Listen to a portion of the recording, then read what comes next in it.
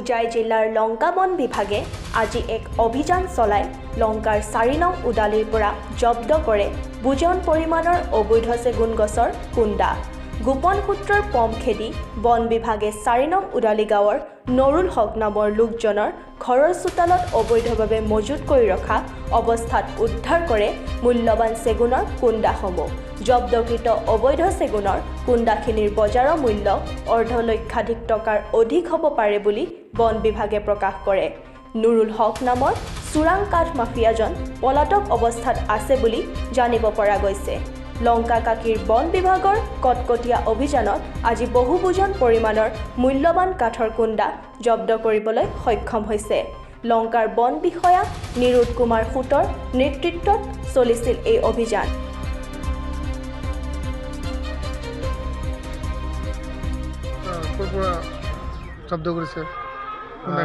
আজি ৰাতিপুৱা এটা আমি গোপন সূত্ৰৰ তথ্য লাভ কৰিছিলোঁ যে ওদালি এলেকাত কিছু অবৈধভাৱে সৰবৰাহ কৰা চেগুনৰ কুণ্ডা সংগ্ৰহ কৰি ৰখা হৈছে। সেই তথ্যৰ ভিত্তিত মই এটা আমাৰ বনকৰ্মীৰ দল আমি পঠিয়াই পেলাই তদন্ত আৰম্ভ কৰোঁ আৰু সেই তদন্তৰ ক্ৰমত 4 নম্বৰ উদালি গাঁৱত আমি এই চেগুনৰ কুণ্ডাসমূহ উদ্ধাৰ কৰি জব্দ কৰিবলৈ সক্ষম হওঁ। কিমান মূল্য হ'ব কুণ্ডাখিনি? ইয়াতে আমি প্ৰায় 24টামান কুণ্ডা আমি উদ্ধাৰ কৰিছোঁ আৰু আনুমানিকভাৱে বজাৰৰ মূল্য প্ৰায় 60,000 টকাৰ আশে-পাশে হ'ব বুলি আমি অনুমান কৰিছোঁ। এতিয়াও জোখ-মাখ কাৰ্য চলি আছে। এইখিনি হৈ যোৱাৰ পাছতহে আমি প্ৰকৃত মূল্য আমি ক'ব পাৰিম। কাৰ ঘৰৰ পৰা উদ্ধাৰ কৰিছে?